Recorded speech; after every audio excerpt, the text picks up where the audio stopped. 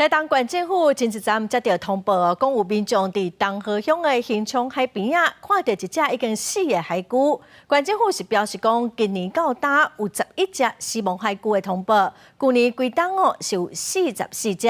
国立海洋生物博物馆研究，死亡海龟的数量可能比实际搁爱侪4倍。大部分拢是食着塑胶鱼网啊，所以嘛呼吁渔民减少使用塑胶来保护这动物。民众去台东东河乡兴昌海沙坡仔带狗仔起散步，狗仔看到海沙坡仔有一只海龟就走过，主人倒去看，发现是一只已经死去的海龟，随通报海巡来处理。因为这只海龟已经死真久啊，海巡队员甲来当记录了后，该就地掩埋。它的头部就是眼睛等等的，就是已经是镂空没有了，所以看起来判断应该是已经死掉很长一段时间。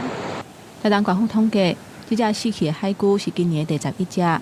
不过，去年台东有发现44只死亡的海龟。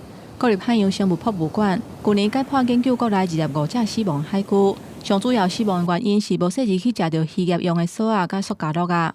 建议渔民暗时出海掠鱼啊，或者是钓鱼的时阵，改用青色的电火，因为海龟看到这种熄水的电火会闪较开咧。鼓励大家抓到受伤的龟要去想办法让它通报嘛。另外一个是能不能有一些仿效国外的用一些灯具啊的一些措施，因为那海龟会怕，那让减少海龟被误捕的量。研究员讲，其实外国的研究，海龟死亡的数量其实是更加加4倍，因为休困时有较侪人去海边行踏，才会去发现。国内应该也有更加侪海龟死亡。另外，东部海蟹海龟死亡的原因也有生瘤的问题。不过，东部海蟹污染较少，原因是真特别。今年1月伫台东就野放一只海龟，这只海龟接受肿瘤的治疗了后，分输点有挂发报器登去大海，希望会当进一步了解这种无天敌的海龟死亡的原因。